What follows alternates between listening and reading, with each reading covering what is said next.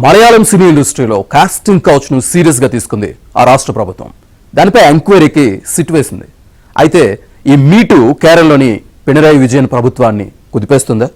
తమకు కూడా అలాంటి అనుభవాలు ఎదురయ్యాయంటూ కొత్త వారు కూడా రావడానికి కారణం ఏంటి?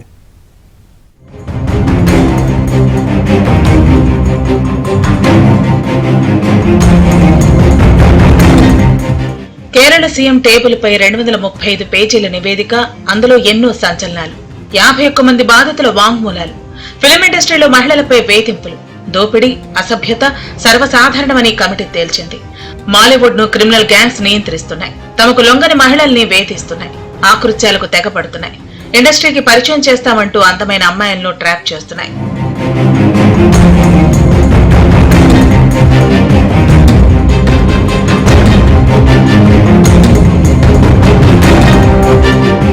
అందుకే సంచలనాత్మక జస్టిస్ హేమ కమిటీ నివేదికపై కేరళ ప్రభుత్వం కీలక నిర్ణయం తీసుకుంది. మలయాళ సినీ పరిశ్రమపై వస్తున్న ఆరోపణలు దర్యాప్తు చేసేందుకు పినరాయి సర్కారు 7 ఉన్నతాధికారులతో సిట్ ఏర్పాటు చేసింది. So when I went to toilet, everybody were sitting down in the ground. That time I went to the toilet, and when I came out from the toilet, someone suddenly, unexpectedly hugged me from the behind.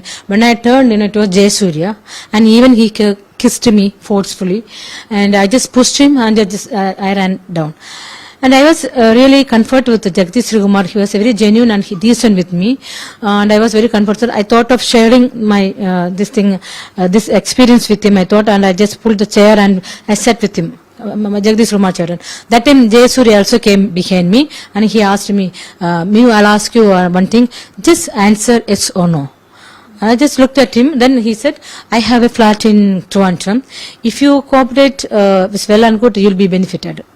After that, in that same location itself, Idewala Babu was also there, and he also expressed his interest for a relation, sexual relation, and be with me. And I am a single, I am a bachelor, and you can be with me. We can do so many things.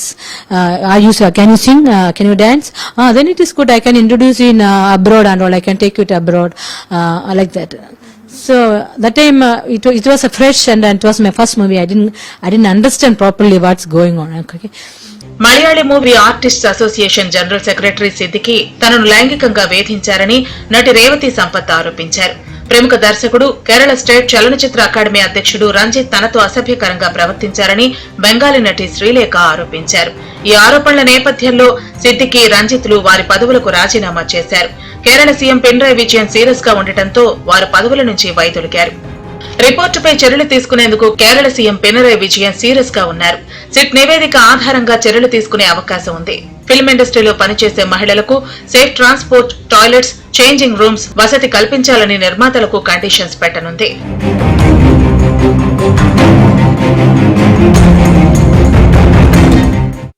Malayalam చిత్ర పరిశ్రమలో మటుకు ఈ ఇబ్బందికరమైన పరిశ్రమలో రోజుకు ఒక కొత్త పేరు బయటకు వస్తుంది. ఒక్కొక్క హీరోయిన్, ఒక ఆర్టిస్టు, క్యారెక్టర్ ఆర్టిస్టు బయటకు వచ్చి ఇట్లా చేస్తున్నట్టే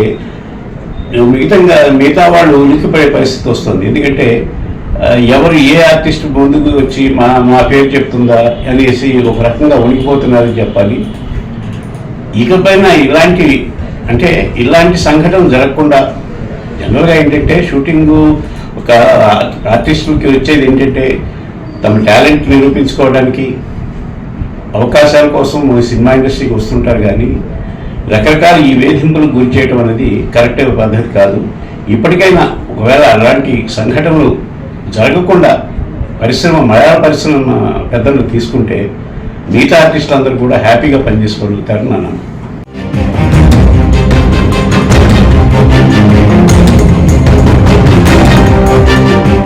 అయితే ఇండస్ట్రీ మెరుగుపడటానికి ఎన్ని చర్యలు తీసుకుంటున్నా కొన్ని కారణాల వల్ల నటీమణులు కాంప్రమైజ్ కాక తప్పని పరిస్థితులు కల్పిస్తున్నారు. తమ కోరిక తీరిస్తేనే అవకాశాలు ఇస్తామంటూ కోల్డ్ లాంగ్వేజ్ లో చెప్తున్నారు. లేకపోతే చిత్ర పరిశ్రమలో లేకుండా చేస్తున్నారు. ఇండస్ట్రీలో వివిధ సంఘాలు సైతం డబ్బు, హోదా ఉన్న వారికే మద్దతిస్తున్నాయి. ఇది కూడా బాధితులను మరింత బలహీనంగా మారుస్తోంది. ఏదైనా పెద్ద హీరో, డైరెక్టర్ పై ఆరోపణలు వస్తే బాధిత మహిళల్నే వారి ఫ్యాన్స్ ట్రోల్ చేస్తున్నారు. ఇండస్ట్రీలో తప్పు చేసిన వారిపై కోర్టులకెక్కినా ఆధారాలు చూపించడం అంత తేలిక కాదు. అందుకే కాస్టింగ్ కౌచ్ ను మౌనంగా భరిస్తున్నారు కొంతమంది హీరోయిన్లు.